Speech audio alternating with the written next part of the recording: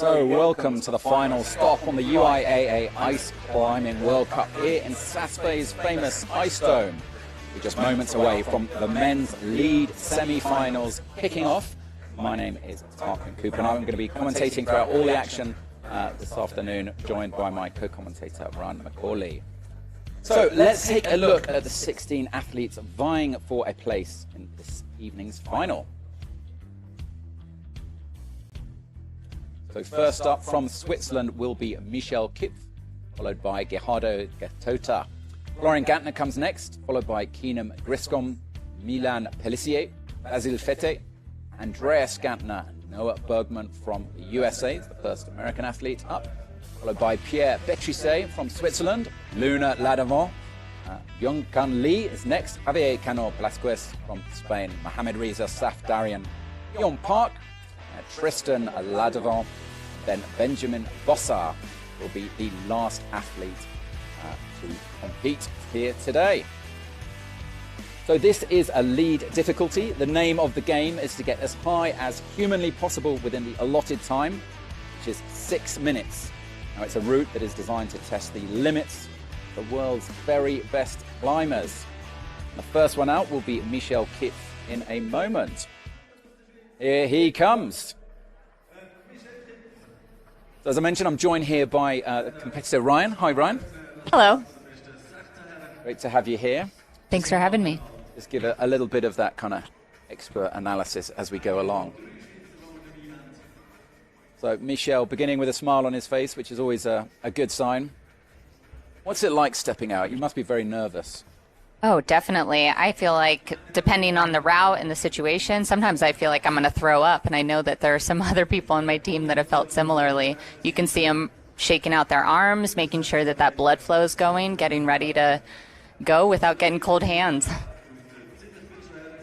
But at least, you know, he's first up. He's not there sitting in isolation for hours worrying about the stuff. There's got to be an advantage as well to going out first. Oh my gosh, yeah, I think so, especially when it's not a flash route and you don't get the opportunity to watch other people.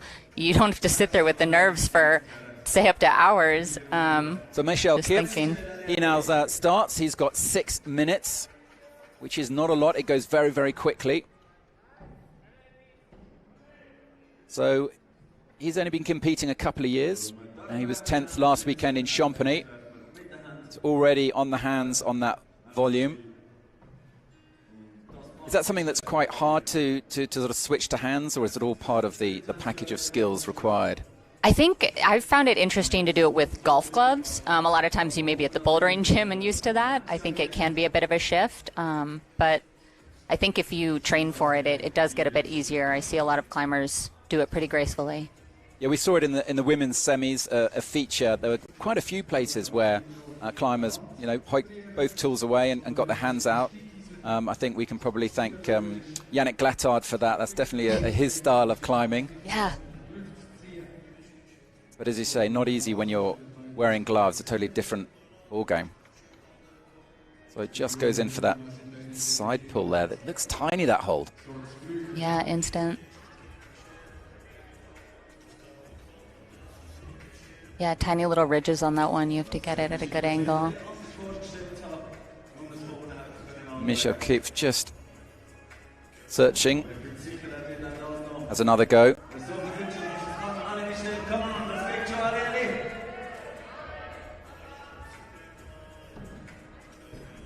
Just 23 years old, this man. Levering himself up there. Just about getting that tool in exactly the right spot. And there's a sweet spot, isn't there?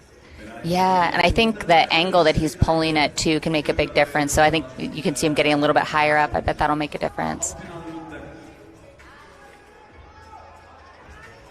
Oh, and he's off. His semi-finals, sadly, all over for Michel Kipf.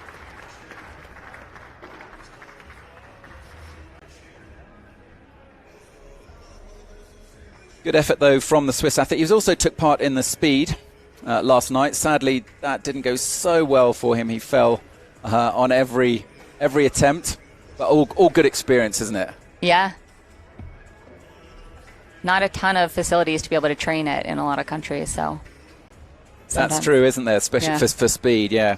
Although I was talking to the Iranian athletes, and they were saying, amazingly, they've got a this amazing ice wall that's 5 meters wide, 15 meters high, basically in the middle of the desert, where in summertime it can be 40 degrees outside and -5 inside. Apparently, it's all run on green technology. But yeah, otherwise you're training in speed, aren't you, on basically like campus boards, aren't they? Yeah, essentially. The Iranians have done quite well from what I've seen, so that makes a lot of sense that they've been training for this specifically. So Michel, reliving the moment, what went wrong? He never really seemed entirely comfortable there. He just seemed very unhappy on that move. Kind of looking up, looking for answers that won't come. It's hard. I suppose it's easier, though, for some of the local athletes. He's obviously hasn't had to come too far, unlike international athletes like yourself. Is that quite tough, to come all this way and then, you only maybe get a couple of runs? Oh, my gosh. Yeah, of course. Yeah, you might fly all this way and you've been training for months and you get maybe 4 or 5 minutes of climbing. And yeah, it's hard not to ruminate on, oh my gosh, if I had made that clip, I missed it by 2 seconds, or if I had done this differently. That definitely plays into it. And what led you to switch to dry tooling from sport climbing? I had been ice climbing and had actually taken a clinic in dry tooling and really loved it, but there just weren't facilities to train. And so I rediscovered it a few years later through friends at the Ice Coop. So this is Gerardo Gatota from Japan, one of Japan's top climbers. Ready to begin his semi-finals attempt. It's all about getting into the last 8 to go through to tonight's finals, which kick off at 7 p.m. Yeah, it wasn't a clinic run by Will Gadd? Yeah, it was, yeah. He was a former champion way back, I think, in the day. Yeah, really great guy. He made it really fun. Been seeing he's doing some interesting dry tooling clinics online at the moment, talking about pick placements and things like that. Yeah. You've got to get the angle just right. So no doubt we'll see that. We'll see what happens when you don't get the angle just right with your pick this afternoon. I know a lot of teammates were at UIAA recently for Ice Fest, and I believe people like Will Gadd were there giving clinics, so a really cool time to try and expand the community, especially when it's a pretty small one in the U.S. It seems like the US team, though, has been growing in the last few years. You've got this kind of community growing out the Coop in Boulder. Yeah, the Ice Coop being the dry tooling gym we have in Boulder, Colorado. I believe it was established around 2019 or so relatively recent, but a really great community to be practicing and training. So, here we are. Gerardo Gatota from Japan, 34 years old. So he'll be looking to improve on last weekend's outing, where he didn't make the finals. He didn't make the semis. He finished up ranked 20th. A little bit of a disappointing performance compared to the first tour stop this year in Cheongsong, Korea, where he came 13th. Already on the hands on that volume. But moving otherwise pretty swiftly through these opening moves onto that shiny metal hold. Stone versus the metal holds. Do you have a preference? I mean, is it something like you kind of love or hate? Yeah, I think the stone holds can be really interesting depending on whether there actually are divots or not, and like which way you want to hook them. Often the metal holds do have a more specific way to go, and sometimes the rock ones can evolve over time. The more people that climb on them, maybe more divots get established as more picks go into them. So, oh, that's tough. Yeah, this looks like an intellect hold, doesn't it? Just where you've got to get there's a little metal plate inside that hold. Yeah. So it's all about accuracy, not just, oh, and he's off. That's disappointing for Gatota. Again, he fell exactly the same place as Michel Kipf. This is where the route setters start to feel a little bit nervous. It's fine if the first few athletes fall early on, but if we see more and more falling at the same spot, it's a tough game for the route setters to design a route that's challenges everyone, but ultimately we'll ideally see someone top, at least one athlete. Yeah, I don't think I really appreciated how difficult route setting was until the last year or so. There's so much that goes into it.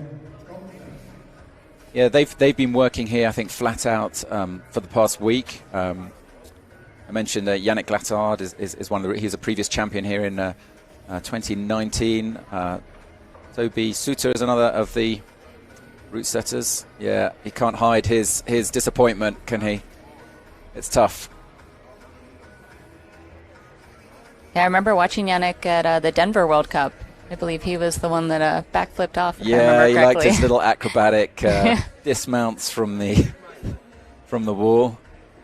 Yeah, Hyung Park used to do that back in the day as well.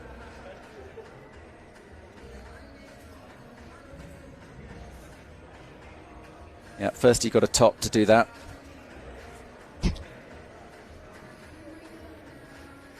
So next up will be Florian Gantner from Liechtenstein. So it'll be interesting to see how in condition he is. He came third last night in the speed.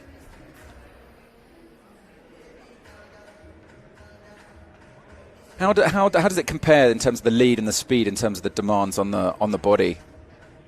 Oh man, I noticed that, and I am newer to speed, but I definitely feel a little more beat up on the speed wall because I think so much can happen. Your tool can blow, you can bash your knee into the ice.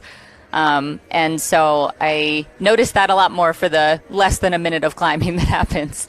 Definitely can get pumped on lead, but seems like with training and adequate warm-up, I walked away a little less beat up. And talking about bashing yourself up in your knee, how's your teammate Lauren? Because she sort of managed to slightly stab herself, didn't she? Yeah, she's doing well. She's super tough and walked away really making sure to take care of it, and also not wanting to be in position anyone so tough and stoic. Doing really well, though. I know she was hoping to climb after this outdoors while she's traveling here, so hoping that she's going to be able to do that. That's good to hear. Yeah, it is one of the occupational hazards of speed climbing. But there's a lot of talk going on about wearing protective gear. Mm-hmm.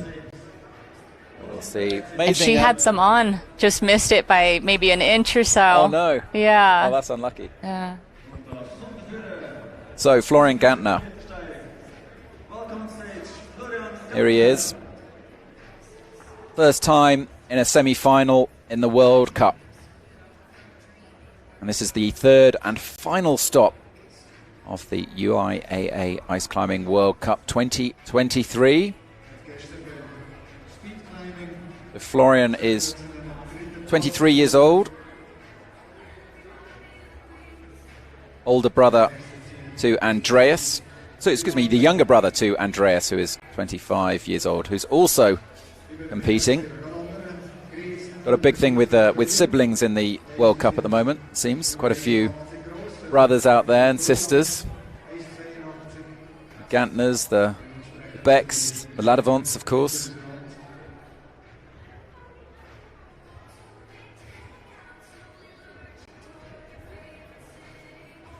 Let's see how he can get on. He's got 6 minutes. Can he get past that really awkward intellect hold?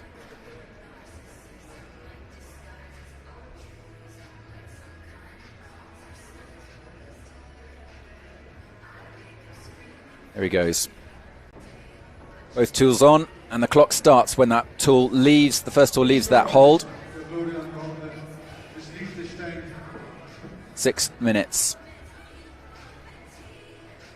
So he was last year in Saas, competed last year in the World Championships, it was then.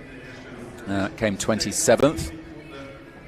So anything here onwards is an improvement. Straight into that metal hold. You can really see the metal divot there. You get the pick in. But once it's in there, it's really positive, isn't it? For the most part, yeah. There are a few, not that one, but there are a few metal ones that if you go too high, it'll spit you out. It's really good low. Which is exactly what happened in the women's semis. Did you watch that? Yes, yeah. There was just one hold that just spat out so many really good athletes. They just took it a little bit high. And the trick to it was to just take it really low and keep that tool down. Oh dear, I think he's off. He is. Oh no, he just face palms himself. He knows it's not good. That's really unfortunate. We've seen 3 athletes now, so all hope next on Keenan Griscom, who's to follow. We'll come to him in a sec. But yeah, Florian Gantner all over before it really began. I suppose there'll be some comfort that you know, 3 athletes have been spat out so early on. Yeah, I'm curious to see how the rest of it goes. Makes me nervous. Well, at least Florian can derive some satisfaction from having coming 3rd last night in the speed. So we will get to hear the Liechtenstein national anthem, which for any fans of trivia, you'll be interested to know that it's exactly the same as the British national anthem. It's always very strange to hear it, and it's exactly the same piece of music. So he walks away with the bronze in speed, but alas, his hopes for speed finals are dashed by that early difficult move.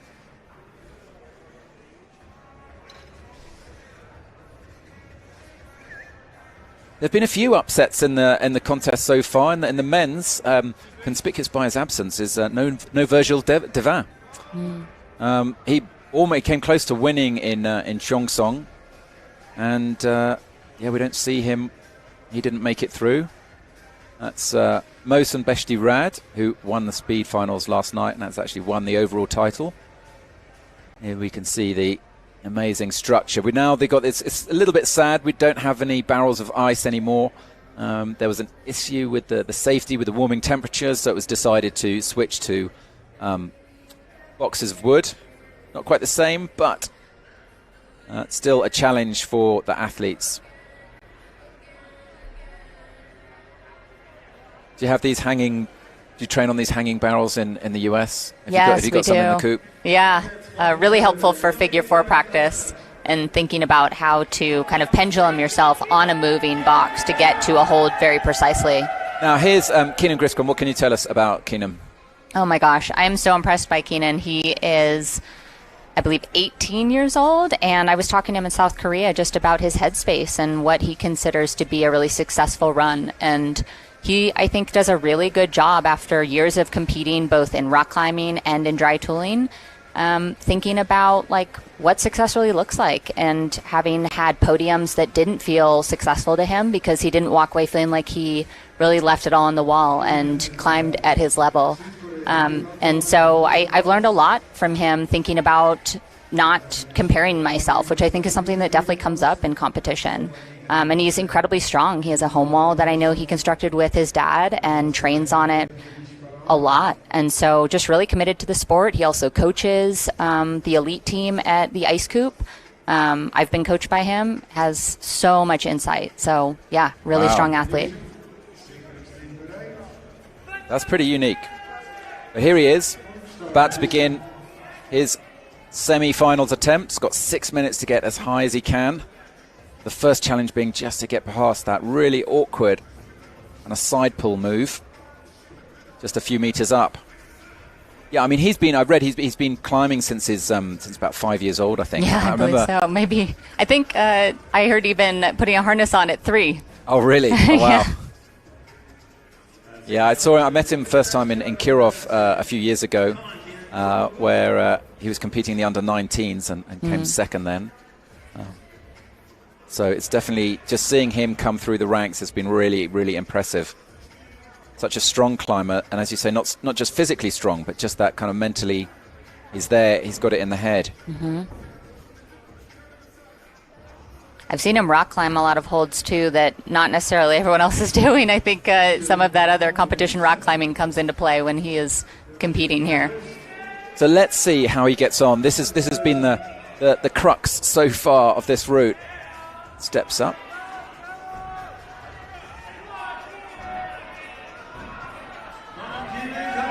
So far, so good. Little bit of pick wobble there. That just looks really strenuous to hold that position. Yeah, you got to keep it under tension there that entire way through. Easy got it. Just moves the feet onto that volume. It's really strenuous there. doesn't look secure at all on that Sam hold. Just got to maintain that pick in exactly the right position. But he's through that little sequence and moves on to the next Sam hold. And he's at least now onto the scoreboard. Having got quick draw number 8. It's the quick draw that gives your score. So he's through that slightly tricky part, isn't he? Yeah. Onto the next Sam hold. I know Keenan's really intentional about how and when he chooses to keep himself under tension, because a lot of times it can be tempting to just stay under tension the entire route. And he is really intentional about doing that when he needs to for certain holds, but then being able to kind of rest and move thoughtfully through it so he can be more efficient and not just totally pump out. Steps up high in that floating undercling. Big reach there.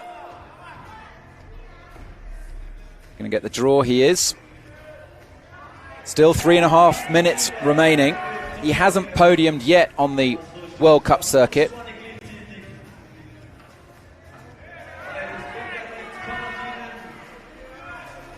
Do you dare to dream about podiuming or doing well, or is it just about your personal performance? Oh, for me? Well, for someone like Griscom. Yeah, oh my gosh. I mean, I think with his headspace, the most important thing for him that he has said is he wants to walk away feeling good, feeling like he really climbed his best. And when he sees other people that are really strong, he said, you know, that's a great opportunity for me to learn from them. And they're strong, and that's really cool. But I want to know, like, did I climb at my best? So this looks like a really strange move here. I haven't seen something like this in the World Cup for a while. He's basically kind of mantle shelving his way up onto the top of this box. That's impressive. One tool in the mouth. I mean, that just looks so awkward. That does. That doesn't look like a happy body position. Oh, Wow. He's got it. Is it really hard to climb, you know, to learn to put the tool in your mouth and still be able to breathe and stuff? Does that complicate things? I think sometimes you have to be creative with your clipping, because oftentimes, especially if you come from sport climbing, you're used to maybe biting the rope to get extra slack to clip. And obviously you can't do that if you have the tool in your mouth. So I do think breathing is one thing. Sometimes in that position Keenan was in, I mean, having to be really delicate to not knock it off on the wall when you're turning your face to try and get to the hold. But then clipping as well, and just having to pull out slack in different ways. And into this block of wood. Really had to lever out his tool there. He did a really big swing to get it in. It looks like on this bit of wood you can't just hook your way in. You've got to actually penetrate the wood.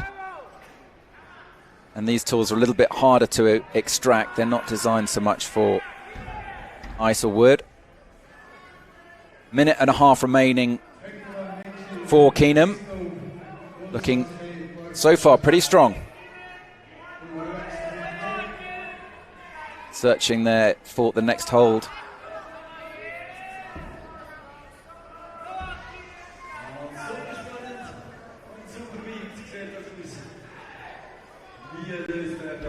So he just takes up that second position in his tool. Big reach now, looks like it's a bit of a dyno. Not quite, he gets it. Works the feet. Is he going to commit? Yes, he does. I guess this is where your strength just really, really is so important. Oh, man, yeah. And even he made that release look really smooth. I think sometimes you can get in a position like that, and even having to get your pass tool off of the hold to continue moving can be a challenge. He did that really smoothly. So we're down to the last 30 seconds for Keenan. And he'll just be wanting to get as far as he possibly can to get into the top 8. Oh, and he's off. Great performance, though, from Keenan. Do you think he'll be happy with that? I think so. I mean, it's hard when you don't know how people have placed when you're in isolation, but I think he looks like he's smiling, and I think he climbed pretty strong and pretty efficiently. Because, of course, he will have no idea of that, you know, Michel Kipf and Florian Gantner and Guajardo all came off at this very move, at this so early on. They're all doing it completely blind, on site. as the term goes. Now this move here just looks so mad, doesn't it? Tough, It's just like, yeah. what is going on there? What is going on? We were joking the other day. I think Keenan was saying his formula to climb better is to climb stronger, to climb faster, and to climb smarter. And I think he did all of those things pretty well here. I think you're right. I think those three things seem to be going well for him. Didn't quite reach it. Needs to just grow his arms a little bit longer, then he'll be good.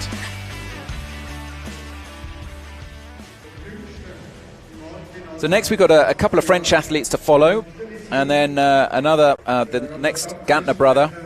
There's Yannick Glattard on the left, giving a little congratulatory hug, and also from Guijardo there.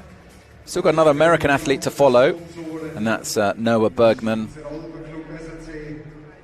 A little bit later on, he'll be sitting in isolation, no doubt trying to work out the moves. What do you do in isolation? Is it very difficult to keep the mind still? I mean, you'd think that for a lot of athletes it must be quite difficult. I think I've seen people handle it differently. I think some people, once they've gone out to route preview, they've drawn a picture, they've looked in binoculars, they've figured out like exactly how they want to move their tool and it's crazy. Mapped it out entirely. I was watching them in observation. It's a 15-minute period, and some athletes are there holding a tool, and they're literally kind of closing their eyes and just sort of like visualizing it. Others have drawn like a really amazing topo, just in like 5 minutes, noted it all down. And others there, and they're working together. Obviously, the Ladebont brothers were working together. Korean athletes were working together. So here we go. Here's Milan Pellissier. One of the young athletes coming through. He's 18, he's the same age as Keenan, but we haven't seen him so much on the scene. He was competed last year in the under-19s and came 12th. Both his parents were competition ice climbers, so might say he was born into the sport. He took part last weekend in Champagny, but didn't manage to qualify into the semi-finals, so he's done well just to get this far.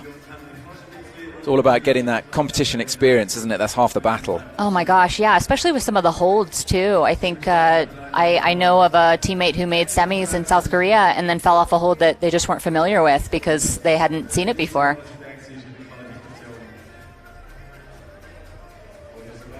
So he's off. 6-minute starts for Milan Pellissier. Allez. One of 4 French athletes in the final. The others being Pierre Betrisse and, of course, Luna and Tristan Ladevant.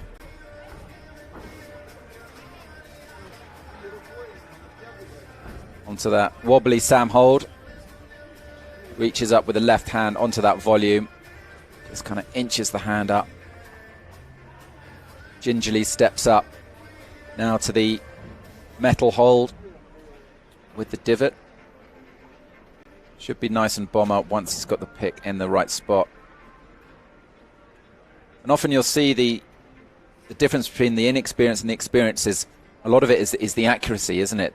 Being able to place that pick instinctively in exactly the right place. Yeah, I was talking to Keenan, and I know I'm talking about him a lot because I've had more experiences traveling with him recently, but he was talking about how he had a season where he was not going fast enough, and so to train for speed, I said, what did you do? You just work on speed? And he said, no, I worked on precision, and it got me a lot more speed because I was being efficient. So Pellissier now at this slightly the first real kind of obstacle of the men's semi-final route. He goes for the reverse grip. Just can't seem to get the pick in exactly the right spot. Eyes off. Wow. He kind of throws his arm up in the air. Yeah, a little fatalism there. Didn't work out for him. It's been a tough move. Yeah, it's a tough one. It seems, a lot of the holds and the holds that they've got on display here, where they've got that metal kind of disc and it's got little holes in it, it kind of seems like if you get your pick in, it's bomber, it's really solid, but obviously not here. Yeah, and there were actually in women's qualification route, there were some that were really bomber if you had a specific type of pick, but some people actually couldn't fit their pick in to stein certain movements, and so they had to float it, and that made it a lot more, they required more tension, more strength, and that takes more energy away early on in the route. And so I think the type of pick and tool you have can also make an impact on the angle or just how easy it is for you. Right. Yeah, of course, it's worth saying that equipment is not standardized. A lot of people make their own equipment. With the tool, the only requirement is that it fits in a box that measures 50 centimeters by That's 25 correct. centimeters. But otherwise, there's a huge amount of variety. So Milan Pellissier, good to get some experience, though, his first semi-finals. I was this close, he's saying. Next time he'll get it.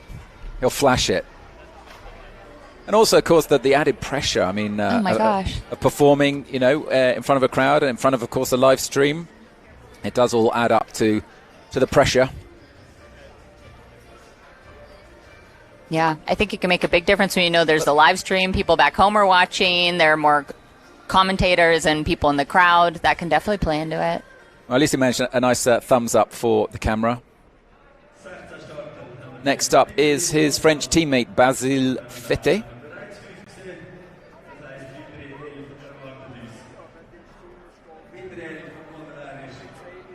Saas, famous mountain town, surrounded by more 4,000-meter mountains than anywhere else. There are about 13 of them, all dotted around the valley here. Incredible place for summer alpine adventures. So this is Basile Fete. He's a little bit older. He's 29 years old, from the Grenoble crew, where most of Team France tends to hang out. It's about an hour and a half away from Champagny, so they get to train a lot on the ice structure there.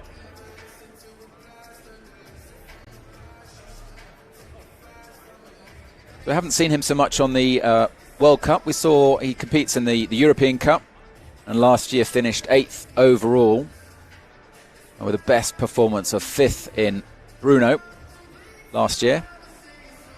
So this is his first World Cup, first time in the semi-finals. Let's see what he can do for us. Basile Fete, 6 minutes. Starts now.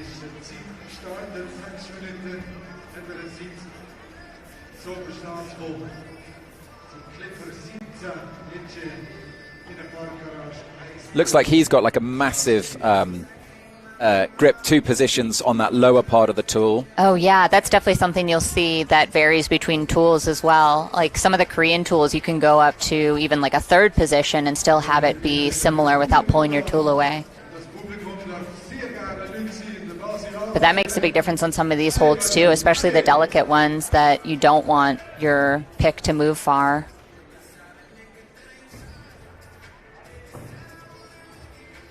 Just laybacks off that volume. He's on the scoreboard with quick draw number 5. A minute gone. Into the metal hold.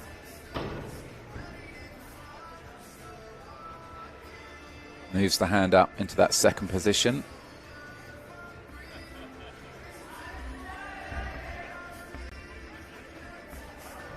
And what is, can you explain for maybe the sport climbers out there, what is the, well, let's just wait and see how he gets on here, because we're just at this little crux section. Let's wait and see how he takes this. Just so delicate. Now he's holding his tool there in the 2nd position there, isn't he? A lot of wobble. Oh, and he's off too. It looked like he was going to get it. Yeah, it was looking promising. So far, only Keenum has got through that route, isn't it? So that's. I also just received confirmation from my teammates that today is his 19th birthday, so a pretty good really? birthday gift. Hey, wow. Happy birthday, Keenan.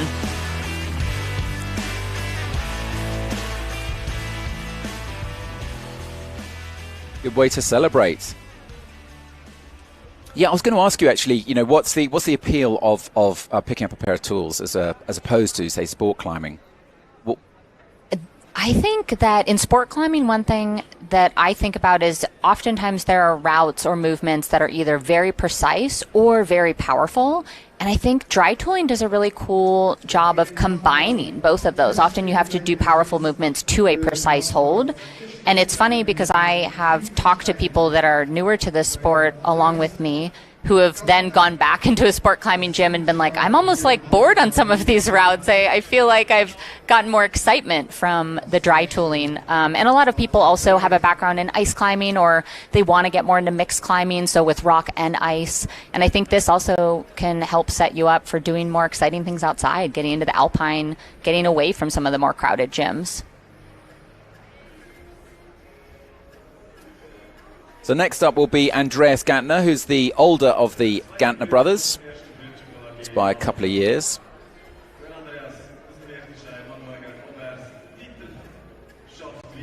Incredible venue here. It's surprising that a multi-story car park can be such a great place for spectators. Right?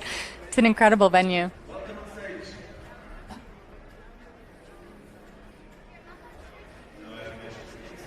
And your own journey is pretty special as well, I hear. But we'll come to that in a sec, because Andreas is just roping up. Athletes have a minute to get roped up and begin their ascent.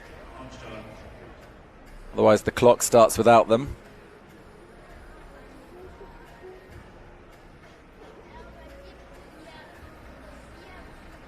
Andreas was also competing last night in the men's speed, and he managed to come 8th in that.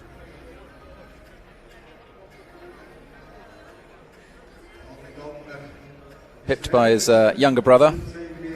Does seem to be a thing that the younger brothers seem to be the slightly better ones. I have seen some of that, yeah. I also have seen, I know Tristan, I think, had pulled away the other day, yeah, so could go either way. So here we go. Andreas Gantner, 6 minutes now. Let's see how he can do. He was 12th this time last year in Saas. Only managed 13th last weekend in Champagnon-Vanoise. Only. I mean, still pretty impressive performance there, just to be in the top 20. So takes the volume with both hands here. Gets that 5th draw.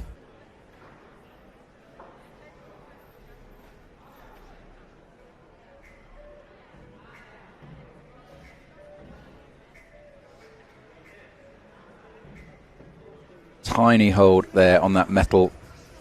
Takes the tool with a reverse grip. Steps up. Has a little bit of a feel just to check it's all good. Gets the draw. Now this is the tricky move. Oh, and he's off. No, he's also off.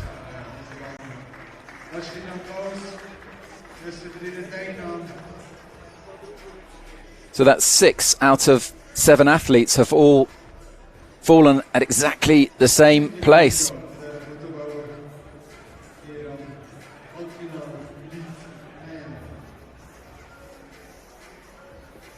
That's unfortunate for Andreas Gantner. Let's see if your fellow, it could be the Americans who come through. It was, Keenan got through it. What about Noah Bergman? Do you know much about him? Yeah, Noah's actually the person that introduced me to the ice coop climbing gym, the dry tooling gym. I knew him through the Colorado Mountain Club, where we both were in a mountaineering course together. He has trained a lot. I know that he is relatively newer to the sport in the last couple of years, but last year he really doubled down on his training, and I think it really shows. He spent a lot of time in the ice coop, and even this year I know trained with others at like 6 a.m. every week. So getting up really early, going in, doing kind of self-guided training works really hard. Wow. We can't wait to see how that training, whether it pays off. Yeah.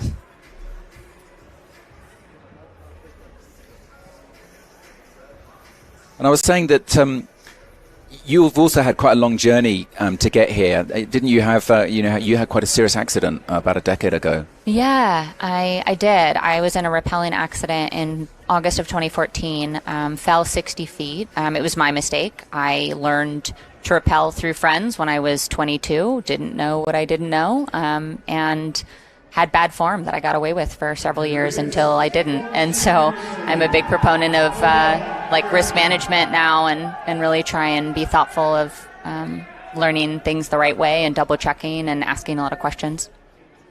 So here's Noah Bergman. From Team USA.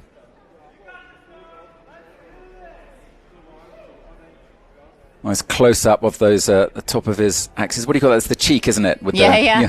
It's funny. Yeah, I believe he's got the PXKs, the picks that were designed from Krukonogi and Tyler Kempney, who's another Ice Coop teammate.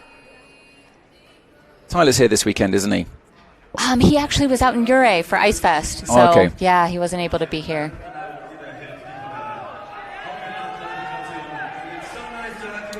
So Noah Bergman, 6 minutes to get as high as he can on this fiendishly difficult technical route. The route setters were telling me yesterday, they were saying how proud they were, how difficult and how technically difficult it is. And it seems they have succeeded. Noah's 30 years old. Gets up to that volume with the left. A lot of people shouting for him down below. Gets that fifth quick draw straight onto number 6. Looking strong so far. Yeah, always a good thing when you can clip a couple draws at the same time too, get those points. Pulls up, just checks, has a little feel. Now it's this really awkward. He gets the draw first. That's always good.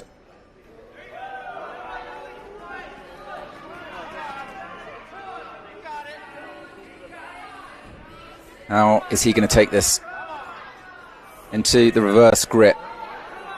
Just fishes around. Doesn't get it on the first time. Tries to just search around, get himself a little bit more secure. Second time, feels good. No. Oh no. Tempted fate. Oh dear.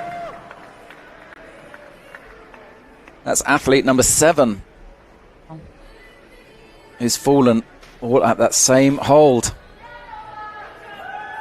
I wonder if some of the athletes might be, afterwards having a conversation about just how tricky it was.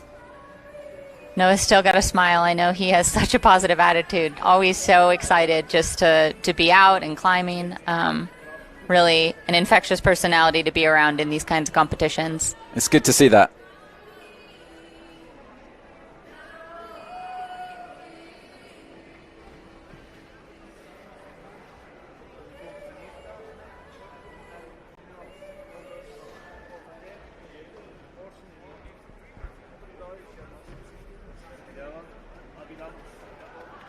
If nothing else, he's got a good name, hasn't he, for being a climber, Bergman. It's funny, we actually, in the States, we call him the Icy Birdman, because Bergman sounds a lot like Birdman, so like Noah Birdman, and yeah, so it's this kind of nickname that he's carried around with our community.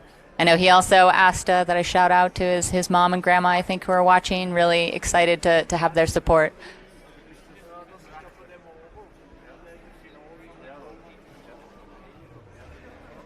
So we're exactly halfway through the semi-finals here. The third and final stop of the UIAA Ice Climbing World Cup here in Saas. 8 climbers have tried their best on this difficult wall. And we can see from the leaderboard, only one of them has got through the first challenge, which is Keenan Griscom from USA. The rest of them have all fallen at that move, that red hold.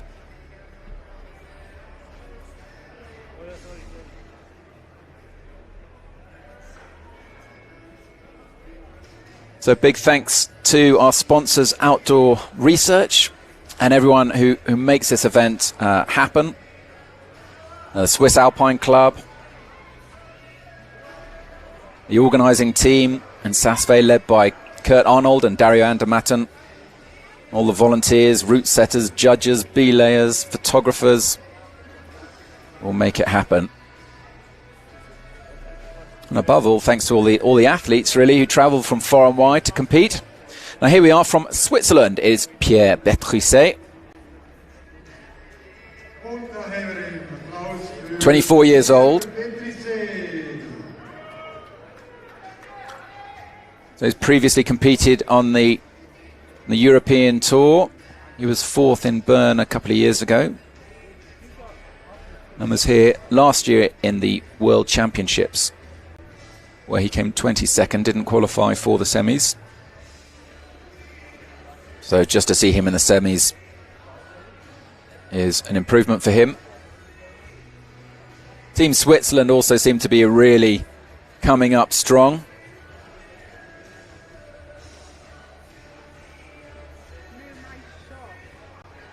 Now the question is, can Pierre get through that 7th move, that 7th draw?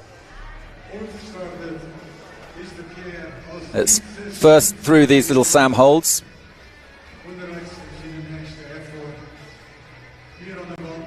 He has got 6 minutes. Get as high as he can.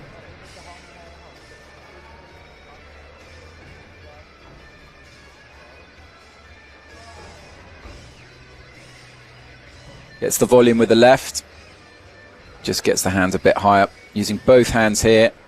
It's an interesting development we've seen in the sport over the last few years, kind of almost bouldering kind of moves coming in.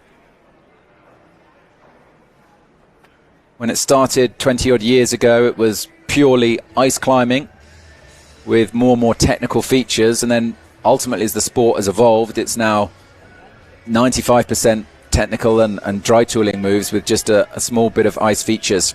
So here we are. He's minutes gone, and he's now at this first move. And we are going to watch here, Ryan and myself and everyone watching this feed with bated breath to see how he takes this. We know what he doesn't, which is that everyone else has come off, and he comes off too.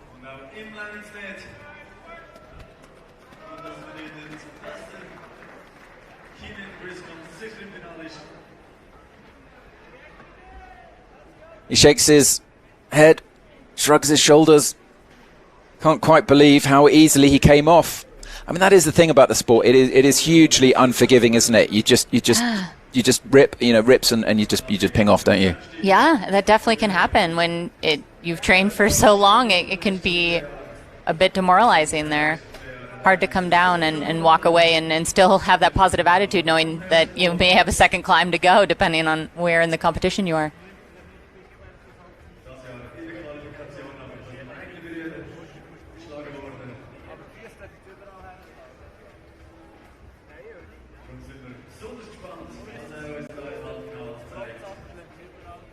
So Luna Ladevant will be next up. Now, he is the current world champion. He's leading in the rankings, so we should hope for greater things from him.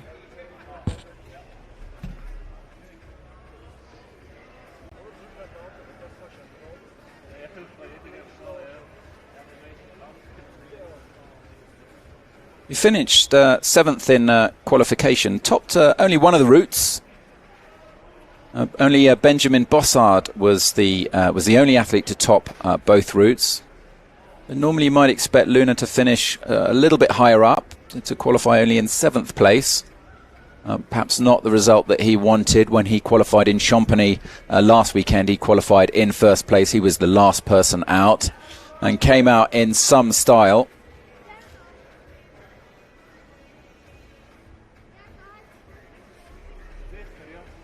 So he will be really looking to just secure his place in the finals later tonight. That's all this is about. And they kick off, reminder, at 7 p.m. and then it's followed by a little after party. Nothing too big, just as a quite relaxing sort of drinks. It's a famous place, the after party here in Saas. The underground gets turned into a massive nightclub, and it's a great venue. Everyone lets their hair down, and it's a lot of fun. Will you be going tonight? Yes, I plan to. Do you have anything planned for tomorrow? We were hoping to get outside climbing. Not sure where yet, but hoping to take advantage while we're still in the country before heading back. Well, I'll tell you now, that may not happen after tonight. We'll see.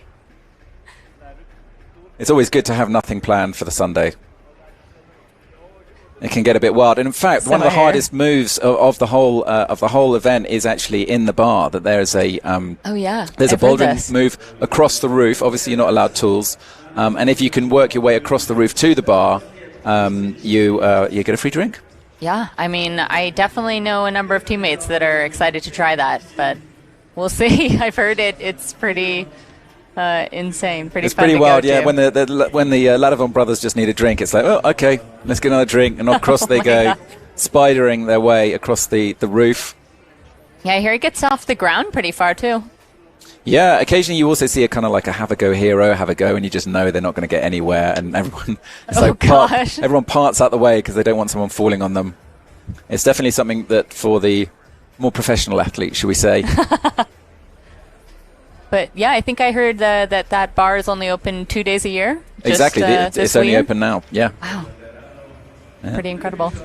So here we're getting a look of the route. This is what awaits the athletes who can get past that first little obstacle, that crux.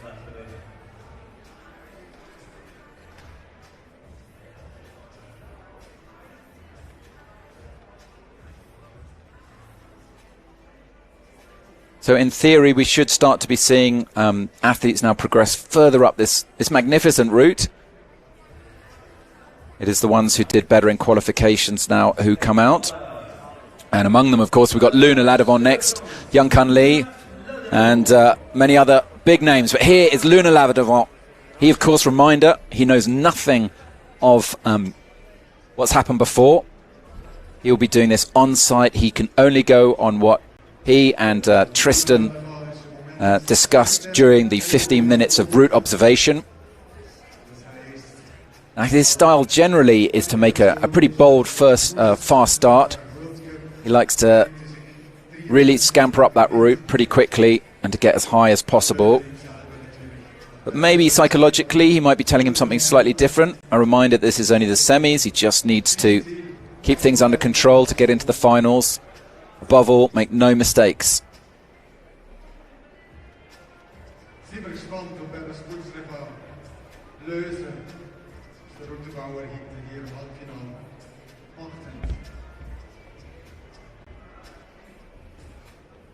Currently second in the overall rankings, still with a shot of the title. If and only if he can get into the final this evening. And it would be a huge upset if he didn't. But let's see, anything can happen.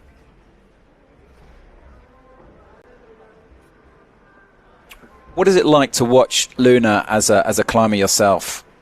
Oh, I mean, it's incredible to see someone that has competed for quite some time and is incredibly strong and seems to just fly up the routes. I mean, watching in Champagny, getting to the top of the route, I think with a minute and a half to go was just wild to me.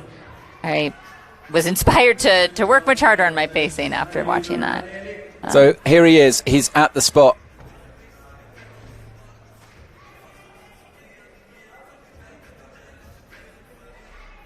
We are holding our breath.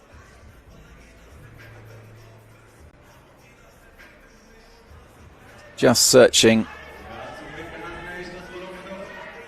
The fact that even Luna is taking his time a little bit here goes to show just how technically difficult this is.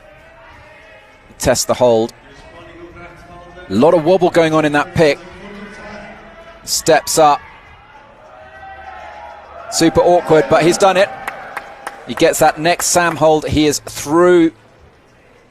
Really smooth. Really crux move. with 4.5 minutes remaining. So the route here is vertical to overhanging, and then we get onto these hanging boxes. It gets a little bit more strenuous. Those power moves are required. Such a strong climber though, Luna. Had a little bit of a disaster in Cheongsong. Got marked down. Yeah, that was brutal. He borrowed picks tools because the airline lost their luggage and then the tool broke. Things like that you don't see coming. Yeah, they were unlucky, that's right. The French didn't have, they were on borrowed equipment in Cheongsong, and it was the Japanese who were on borrowed equipment in in France. Exactly. It seems like it's not uncommon to have lost luggage on the way. So this is the point where Keenan got to, and this super kind of awkward, almost mantle shelf move here. Now, often on the ice barrels, the very top is out of bounds, but not in this case. So look at him take that, no problems at all. Really nice moves here from Luna. Gets that 13th draw, now within sight of Keenan's high point. 16.19 into the wood. Looks like quite an awkward way to swing the tool. Yeah, it does. And then really has to lever it out. Just over 2.5 minutes on the clock for Luna. Big reach up there. Notice the way he really just sort of swung up, just getting that momentum going. Yeah, oftentimes kind of starting with your tool lower and using that momentum as you go up can be really helpful. Kicks his feet back into the panels of the structure. Looking ahead now to where he has to go next. It's a big move. Is it going to be a dyno? Or can he just manage to just reach it? Goes into the figure of 4. Gets a little bit higher in the move. Can't quite reach the quick draw. Gets a little bit of swing on it just so that he can clip it.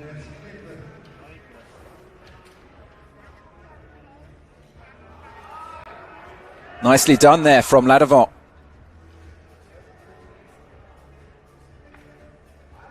He's just a point behind Keenan here. But he's already almost certainly guaranteed his way into... Not quite guaranteed his way into the finals. Big reach. Does it. Doesn't quite let go of the right. Doesn't fully commit to it. Into figure 9. Great work here from Luna. You can see him kicking that box to stabilize himself too. Good for him. Now he's got a minute, and if he can get a little bit higher than Keenan, which he does, he secures his place into the final. He'll be looking for the next draw.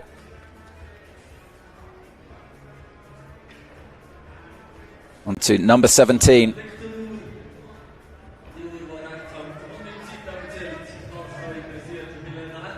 He's now in the lead with only 6 athletes to come after him. 35 seconds remaining for Luna. A total of 19 draws, so only a couple more draws, including the top. Just a little bit of rope drag. At least he gets onto the 18th. Onto the 18th draw, just one more draw. 20 seconds. Can he do it? Kicks the feet onto this tiny little metal hold here. Super strenuous, doesn't get his feet quite in. Into the fig 9. And the clock running out. He gets the top. It won't count as a top. I think the clock has just run out. There, matches. Great work there from Luna Ladavant. Super performance from the Frenchman. He really is the favourite here today. And for the overall title. But maybe Hyung Park has something to say about that. Hyung currently 14 points ahead in the overall rankings. He never really looked too much threatened. No, he looked really smooth and efficient on that. I didn't see any parts where he looked too pumped. And even some of those final moves where he was upside down and really had to be precise with those movements. I think by that time, sometimes when you know you have a minute left, you're just going and you don't even think about it. If you're pumped, it doesn't matter. You just have to go up as fast as you can, get as many points as you can, not knowing where other people have gotten to. Yeah, and they are super strong, so that even when he kind of loses the feet, he's just able to just hold with the arms. Yeah. I mean, for this tournament, the athletes were all given a questionnaire. You may remember it. And I think one of the questions was how many pull-ups you could do and how long you could dead hang off one arm. And I think the brothers, they both wrote, I don't know, never tried, but we'd need a very long time to do it, like a week or so. I believe it. I mean, that kind of training, yeah, that'll get you the upper body strength that's going to make a big difference in those final moments.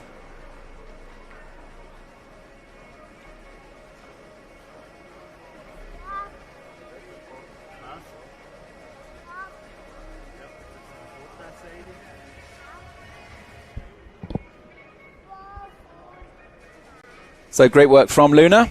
Next up is Young-kun Lee from Korea. So 6 more athletes still to come.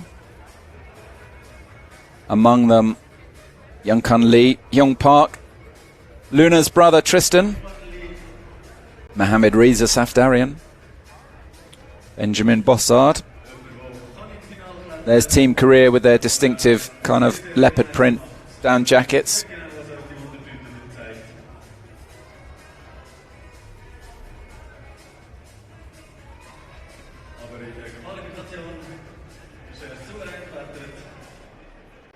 So we can have a look at the leaderboard, which is, there we go, updated with Luna at the top, 18.24. So he doesn't get the top, that doesn't count because the clock had just run out, with Keenan Griscom just behind 16. So those two have absolutely, for sure, going to be in into tonight's finals. Now, here we go. For all the way from Korea is the 29-year-old Young-kun Lee.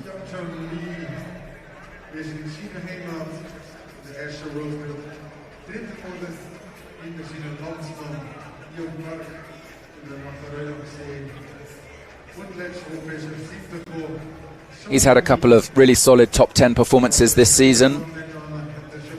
6th in Cheongsong, 7th in Champagny.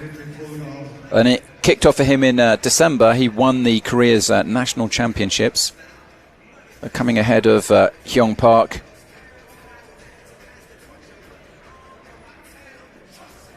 Although Hyung did have a technical incident.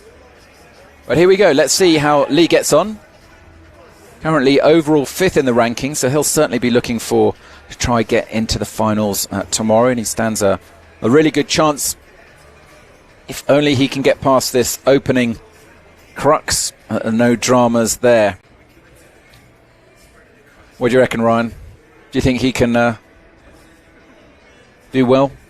I've seen him climb, really some solid climbing so far, so I think he could do it. Looking really smooth right now, moving pretty quickly. Gets that side pull, reaches up with the right. It's all in the mouth, gets the next draw. It seems all kind of like a nice fluid movement. Is this kind of stuff you train for? Do you actually train to, with the clipping draws? Does that become part of your training? Yeah. In the U.S., our gym is more of a bouldering one, so it's a little tricky, but then you got to go find it somewhere else to especially with gloves, can make a difference. Young-kun now at this point that has just proved the nemesis of so many of the athletes before him. 8 have come off at this point. He gets the draw at least, which is a wise move. Yeah. Now, just looking for exactly... It seems like he's taking it a little bit lower down. Really hard here, very technical. Has he done it? I don't want to tempt fate. But he's in tantalizingly close to that Sam hold. Oh no! He'd done the hard part. That's so tough. He was trying to switch his tool so that he could get on to the next one, and that is really sad for Youngkun. But you know what? It could still qualify. We'll have to watch the results very closely, but that puts him, it puts him into third place. So I'm just thinking 1, 2, 3, 4. It could still be enough to get him into the final. Yeah, it makes that difference with points, even just being able to remove your last tool from the hold before that and be able to fully weight that. It makes enough of a difference to push you ahead of the others who touched it but didn't fully get that usable surface. So if there is a tie, a reminder how it works, that we use the count back. The count back is used. In other words, it's the who had the better performance in qualification. Right. So if it comes down to Youngkun, for example, he's tied with Basil Fete. So in the event of a tie, it will be Youngkun Lee who goes through because he performed better during qualification.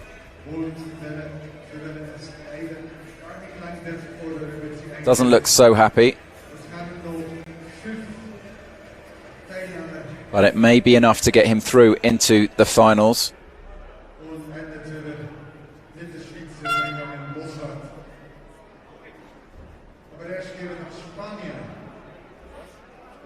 Even if the next 5 athletes surpass his high point, it could see him yet go through in 8th place.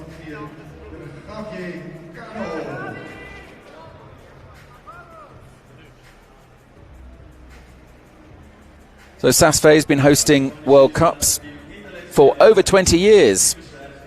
Have you actually seen there's a kind of a wall of fame of all the climbers over the last 23 years? And here we go, all the way from Spain. Now, we don't often see Spain in the semi-finals, and this is Javier Cano, who is a sport climber. He's a competition sport climber. He's a Spanish champion, and in lead and bouldering. And those skills could prove pretty useful on this route. He's also competed in Ninja Warrior. Oh. So maybe those are the skills you need on this route. A little bit of everything. Yeah, you would think the flexibility for that awkward move might prove to be really helpful here. So here he comes, Javier Cano.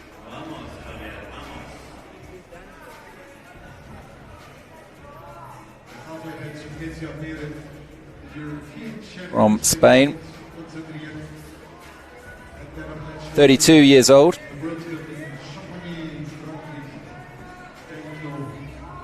It does seem like there have been more kind of rock climbing movements at Switzerland out of the 3 World Cups from what I've seen, some more of the dyno moves or grabbing at different holds. Yeah, it's interesting to see how it evolves, and I guess one wonders when you think about all the changes in the last 10 years, what it will look like in another 5 or 10 years. Yeah. So this, of course, for a competition rock climber will probably feel almost second nature. He was saying he hasn't given up the sport climbing. He just does this in winter and the sport climbing in summer. So he just matches both hands on that tool. Up to that next metal hold.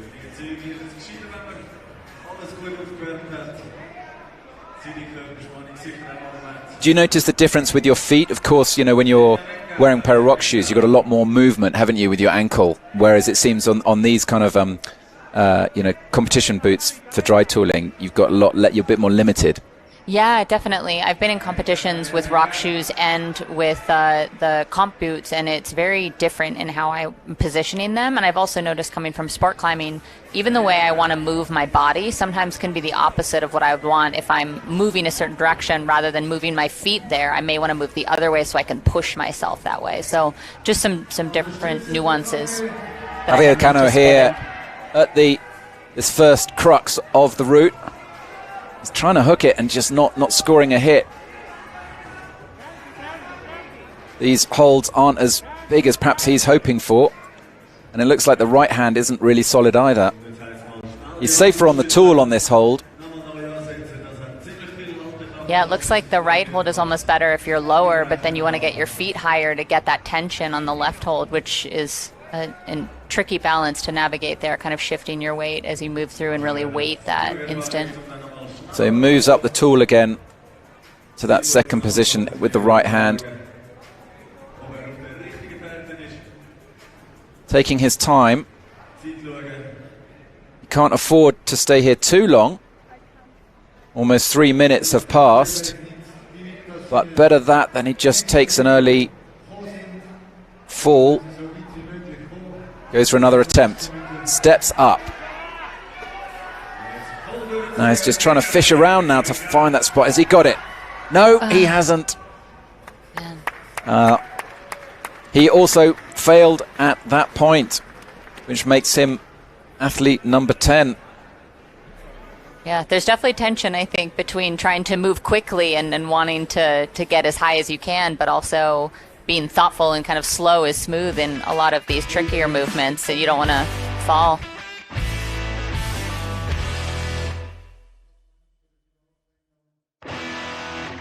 Just seemed like he just didn't get the pick in the right spot.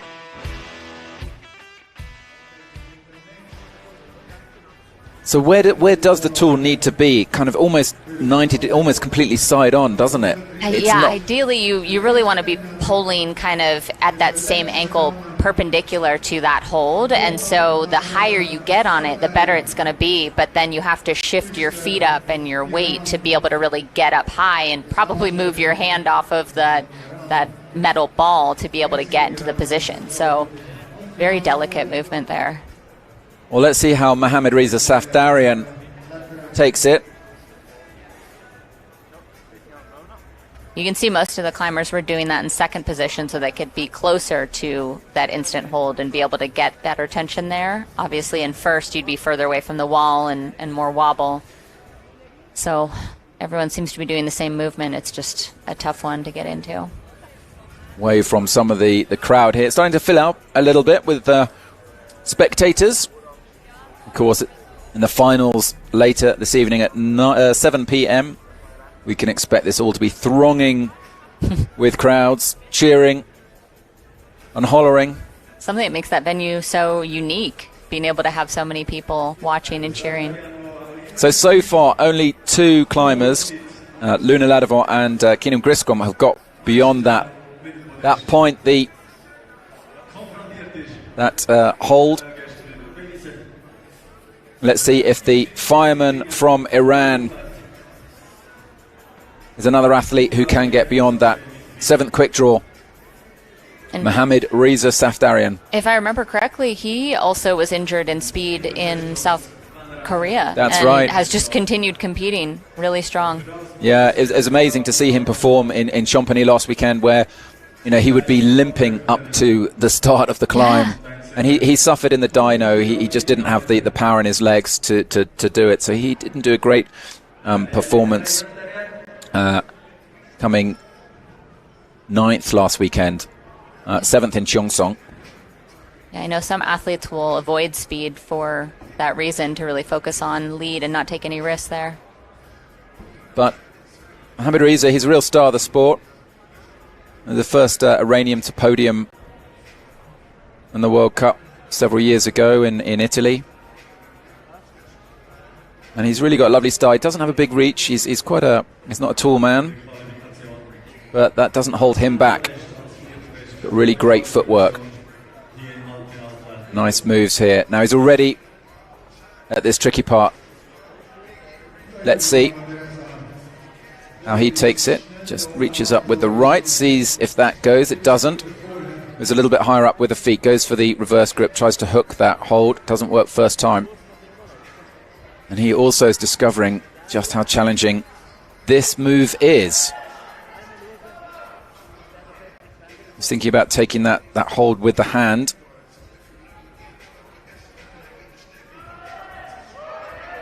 Has he got it? No. Oh, he almost held on. Yeah, it seems like you have to take that metal ball with your hand to get high enough, but it doesn't look like it's particularly great hold to take with your hand. Yeah, on. there's not a lot to it. It's also shiny metal and super sketchy.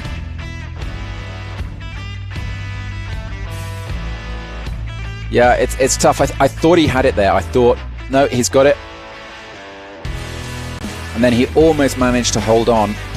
However, it may be enough for Mohammad Reza Safdarian still to qualify through the finals, because the countback procedure will favour all these athletes coming out now, as they performed higher in qualification, so that in the event of a tie, it will be the better performer.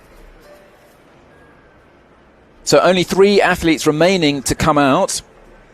Hyung Park, Tristan Ladevant and Benjamin Bossard.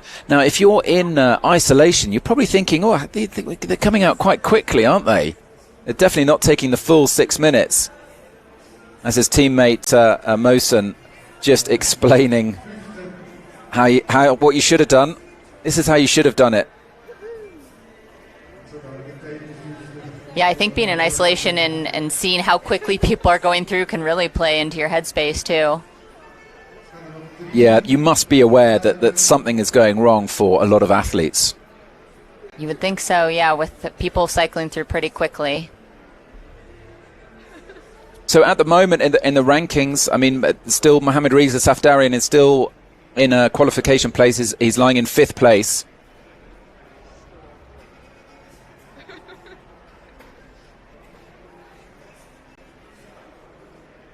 Noah Bergman in 6th. 8th place is currently Pierre Betrisse.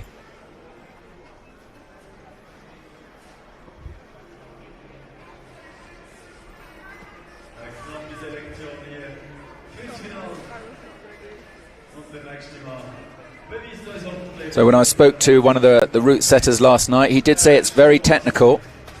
Said there are not a lot of figure of 4s, really small and slippery holds. Well, it seems like, yeah. Seems like a good description to me from what we've seen. That's exactly what we're seeing here in the men's semi-finals.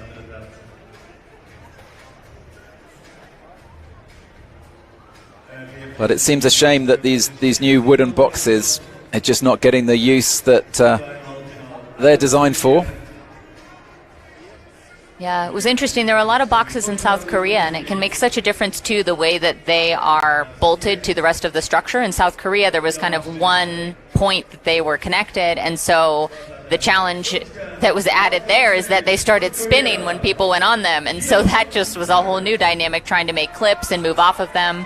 It seems like we don't have as much of that here, and that's likely an advantage to not have the extra swinging. Yeah, spinning just adds a whole new dimension.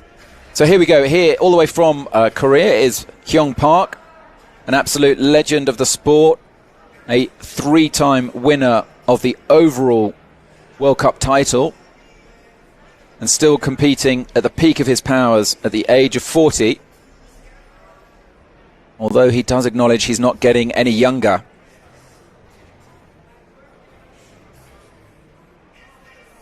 Hyung trains 5 hours a day, 4 days a week. Does that seems quite a lot, doesn't it?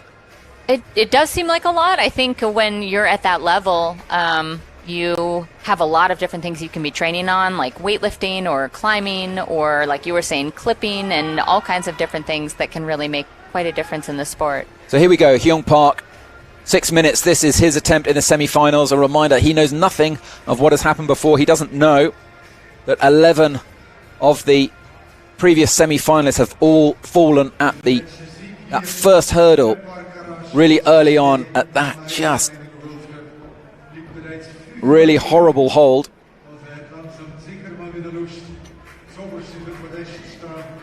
I think it would be hard not to be wondering if people are coming out pretty quickly, like which hold is it? Where is it? Am I getting there? Yes, the mind games that it must play. But Hyung is super experienced. Also a big wall climber, alpinist. Has done loads of stuff all over the world, Pakistan, Alaska. But can he take this move here in the ice dome? So he's taking it. He's got the right hand on that hold, and that does seem to be the way that others have been taking it. Just levers the other tool. Yeah, it's out. always exciting to put your hand on a small hold that you also have your pick on. Gets the pick in the right spot, inches the feet up. Wow. Oh, so delicate now. Big shouts. Everyone willing him to get above this point. Still not through. I think he's got it. He's got it. Wow. Hyung Park. Impressive how he used that volume as well. No one else seemed to want to stick with that. I don't think he realizes just what he has achieved there. Yeah, looks pretty slick. So let's see now where Hyung can take us. Only two other athletes have got above that point. Luna Ladevant and Keenan Griscom. Really a testament to their climbing ability that they were able to get over and keep going. Yeah. So Hyung matching with the on that Sam hold.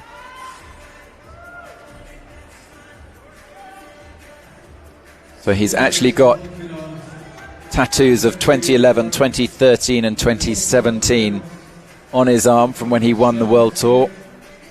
I wonder whether we'll see potentially another tattoo, 2023. Into that Stein. It's not actually a Stein, is it? It's an undercling. Looks like he's floating it, yeah.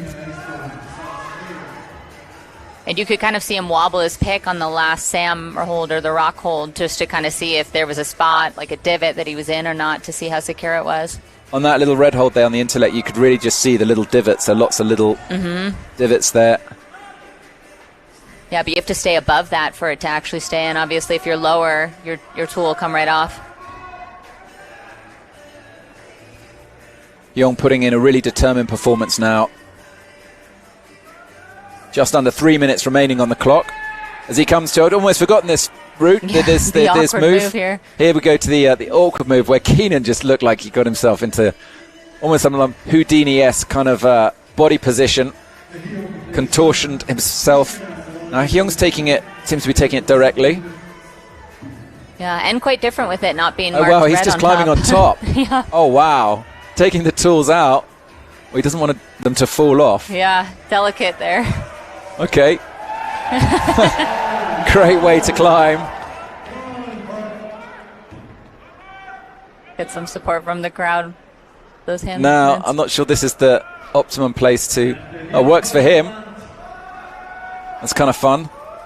I think it's always interesting to see, too, how people of different heights are able to navigate the same movements in such different ways. I think some movements might feel a lot more awkward for different athletes, depending on their height. Did you see the way he weighted that tool there on the Sam hold? Really just so gingerly doing it, not so as not to knock it, and then into the wood. That kind of backhanded swing maneuver. Big reach up to that next Sam hold. Minute and a half remaining now. Yeah, even swinging into that wood can be very different depending on what kind of pick you have.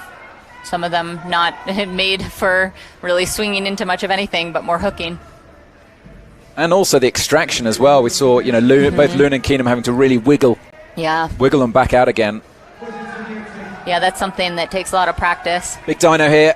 Oh, not quite. Big reach. Just manages to hook it. Gets into the figure of four. And his feet onto the block to steady it. As you say, at least it's not spinning like they were in Korea. Oh my gosh, yeah. So maybe that at least is something that's Hyung is not used to. Makes it a little bit easier, but gets a little bit of movement now to get onto the main structure again. This is a specific movement we train for as well, having to actually figure out how to move your body so that you get the momentum from the box and you move with it to go to the next hold to get that further reach, because otherwise you're kind of fighting your body, you're fighting the box and it's pulling back against you and you're just expending a ton of energy. So that can be a really tough movement. And again, if you have the height, you may not need to do it as much, but this is tough. This is really tough. He just can't quite reach it. Nick just... Oh, he's right there. The clock is ticking down. Can he get it? Oh, that time he was really close. It's got to be yes. Sticks it. Finally, he makes it onto the structure. The seconds are ticking down. Less than 5 seconds remaining now. Can he get the next draw? Don't think he will. I think that is the clock. But that should be enough to at least guarantee his place into tonight's finals. Hyung Park.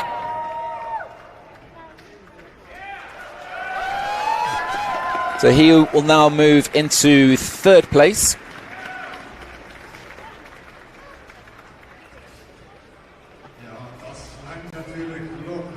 Great performance there from Hyung. I'm not sure he knows how good it was.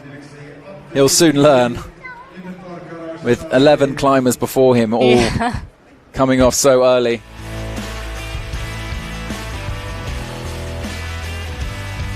Seeing some of that experience pay off. You can see just how steady he is with his pick as he moves up there. That's not easy to do. A lot of tension to keep that.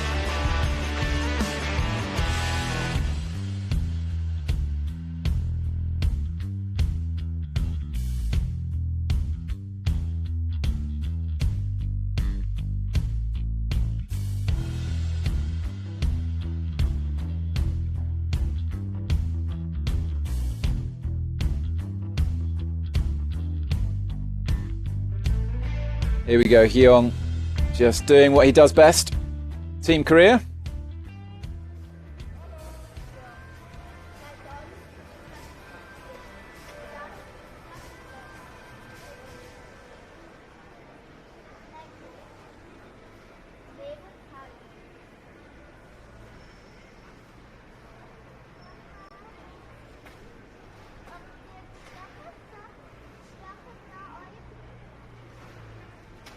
So just 2 more athletes remaining, and they are Tristan Ladevant and Benjamin Bossart. So far, the 8 top-ranked athletes. It's Javier Cano, and currently lying in 8th place, and the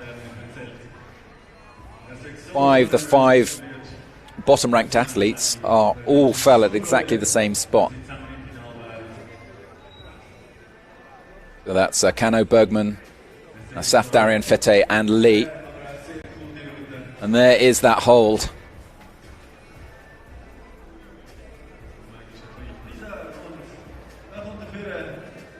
That is the hold.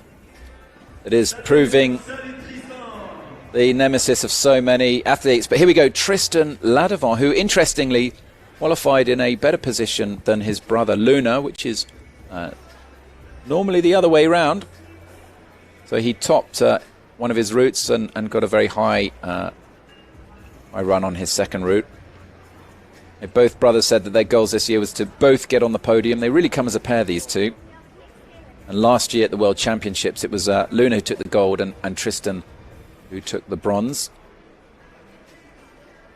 Incredibly humble from my experience and interactions with them. I feel like they were always so kind and like welcoming to everyone in South Korea. And even after the tool broke for Luna, they came, and it was one of my teammates who had lent them a tool, and they were talking to him about like, how do we replace this? And you know, that was finals. That was devastating when Luna had trained so hard, and still to be so kind.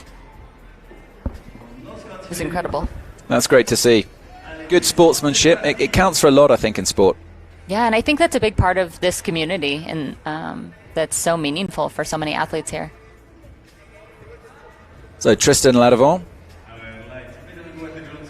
begins his semi-finals. Interestingly, he used to also compete in speed, but he's another athlete who's given that up to focus on the lead. It seems to be paying off.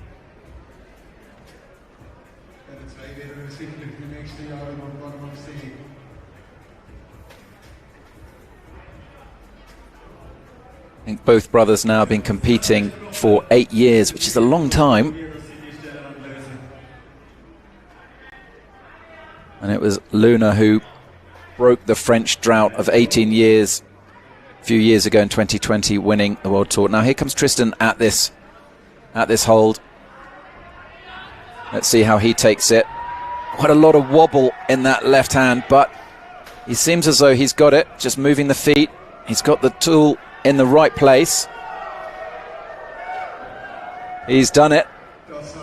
You can see it gets more stable as he moves up too, both from the wobble and just his ability to then kind of get his tool ready to go into the next one. So with that move, Tristan Ladevant has secured his place into the final later on this evening. So he could just actually save his energy and just lob off now, couldn't he? I mean, I suppose so. But he doesn't know that. Exactly, he doesn't know that. Onto that next Sam hold.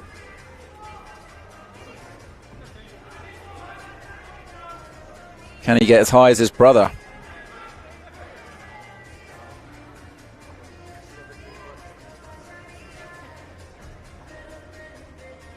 Under the floater.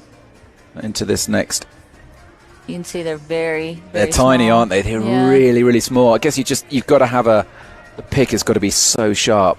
He's got Krukanogi picks, which go really well with those holds. I believe they're Russian made, so works well. So he's already onto that first box. Let's see how he takes this one. We've had Keenum kind of working his body into knots, getting on it. We've seen Hyung Park just climb on top of it.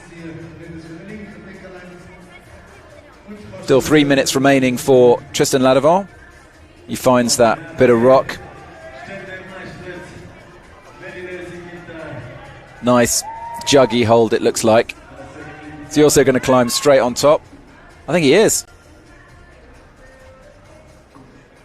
Yeah, Thoughtful about where to put his tool so it doesn't fall off. Yeah, if you lost a tool, that would be a disaster. You've got to be so careful. So he also opts to mount it very, very delicately. Oh, look, he's got himself into a funny position. And then just gently weights it gradually. Oh, that's great to see. Nice moves there from Tristan Ladevant. Now we'll go for the backswing into that piece of wood. First gets into that figure of four, stabilizes position, and then swings into slightly differently actually to the others. He did a forward swing. Mm-hmm. And then onto the wood. Sorry, a lot of athletes will also think about what crampons they want to use depending on how many volumes there are. Sometimes how much ice as well, but a lot of times having rakes or kind of the spikes on the side can give you that extra stability if you're doing things on the boxes, such as that one move, or in different volumes. So some crampons you'll just literally have the 1 point, and then others you'll have those kind of little rake stabilizer. Yeah. So something that can make a difference when you are doing a flash route, you can see what's coming, but if you don't know and you're in isolation, having to make that game time decision of maybe what you're most comfortable with and what you anticipate the route to be like. The big reach here now for Tristan Ladevant. Onto that rock hold. He gets it. And needs to swing over into a figure 9. It seems like flexibility is such a big part of this sport too. I do think it can make a big difference. I know Keenan does a bunch of yoga, and I feel like every time I talk to him, it makes me think I should do a little bit more for some of these movements. I think Noah Bergman also does acro yoga. Oh, yeah, that is correct. I don't even know what acro yoga is. I am not as familiar with it either, honestly. He's also into swing dancing. Is that a thing? Yes, yeah. Mm-hmm. Tristan Ladevant now needs to get that swing, that pendulum going to reach. He does it. He gets it. That looks like a really solid hold on behind that stone. Matches with the hand. Reaches up onto that metal hold. 30 seconds remaining for Tristan. Gets that next hold. He's moved above Keenum's high point. The only person above him is his brother. Oh, he does well to hang in there. Just great amount of strength there from Tristan. Just uses the thumb to take in the rope. Get that quick draw. Only a couple more moves, but 5 seconds remaining. He's got the draw. And the clock is about to run up. Time is out for Tristan Ladevant. He's happy with that. He comes in just behind his brother. Both Ladevant brothers right at the top. Luna 18.24 and Tristan 18.22. So just a couple of moves behind. And there's just one more athlete to come, and that's Benjamin Bossard. And all he's got to do is get beyond that little cruxy move, and he will have secured his way into the final. Currently lying in 8th place is Noah Bergman. So we have 4 athletes who've got beyond that that red hold at number 7, quick draw number 7.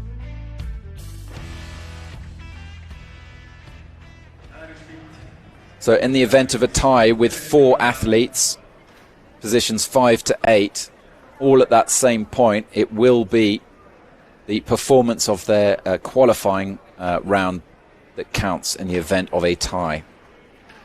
So that, of course, will be good news for Benjamin Bossard, should he peel at that point also.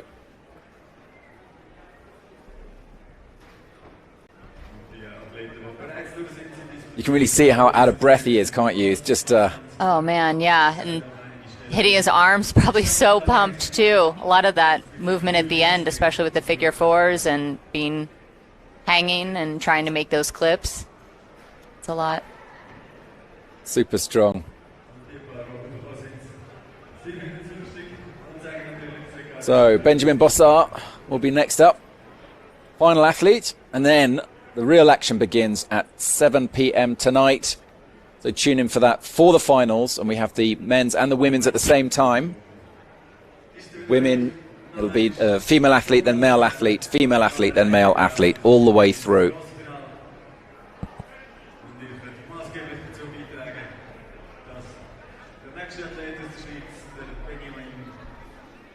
Saas hosting the UIAA World Cup since 2002 here at this famous ice dome.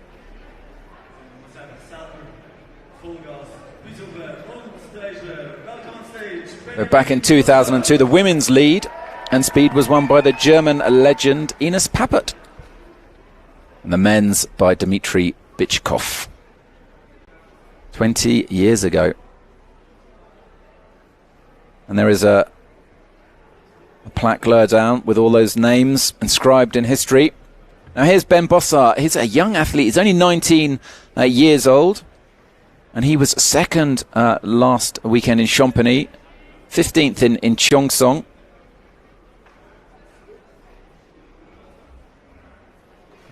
He's emerged in the youth scene. Competed last year in the under-21s. Also quite a serious alpinist. He's been doing some big adventures with Virgil Devan in the Alps. I climbed the super couloir Mont Blanc de Tackle with him last year. So making quite a fast start. Just looking really super comfortable and relaxed. And these opening moves.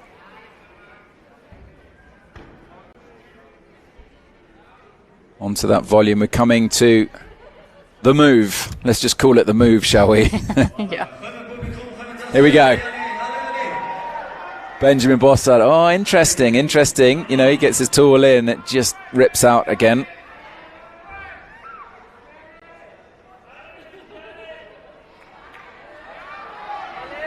Second time. He knows now that it's not quite as secure as he first thought. Keeps picking at it. Is it good?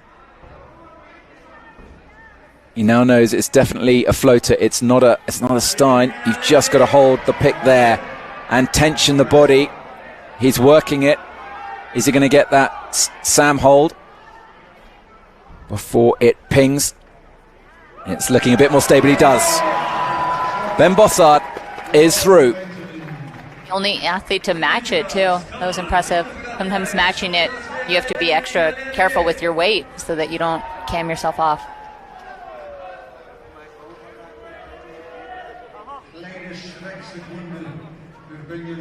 Once again, he's not aware of what he's just achieved there. Climbing something that 11 other athletes in the semi-finals had failed on.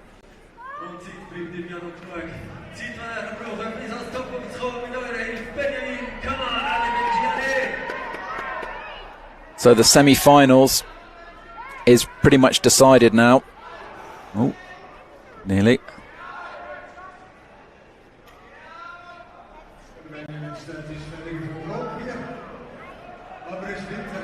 Benjamin Bossard now. It's all about now really the position of determining your start position. And I wonder how much of a difference that makes psychologically to you as an athlete, whether it's better to come out last, to perform really well, and then so that you come out last in the finals. What do you think? Yeah, that's a great question. I would imagine it also has to do with how people handle being in isolation for a period of time, whether they want that kind of extra time to maybe think about the moves or get warmed up. I think in this instance where you can't see other people climb, if you get nervous sitting there waiting, kind of ruminating about what happened in semis or what could happen, that would be harder. Now Ben Bossard is absolutely flying through here. It was interesting he took that box completely differently to anyone else. He didn't even get up onto it. He's just on form here, flying up with 2.5 minutes remaining. It wouldn't surprise me at all if we get a top out of him. That little section he just flew through. That's a big reach here. Doesn't quite get it on the first go. He knows he's just got a little bit further to go. Is he going to move his feet or slightly adjust his body position?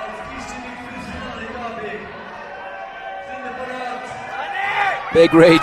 Oh, wow, look at that. Oh, he didn't manage to hold it, but no matter because he is through to the finals. Benjamin Bossard, great performance there. And it's all shaping up to be a super exciting finals this evening at 7 p.m. So that, there we saw it just many times there before he got it to stick. So that brings to a close the men's semi-finals here in Saas. I'd like to thank Brian McCauley for joining me as co-commentator. So it's really great of you. Thank you for that. Yeah, thanks for having me. And after that performance, we'll have a look at the standings for the finals this evening to see who the final 8 are, who will make it, all with a bid to be crowned the champion.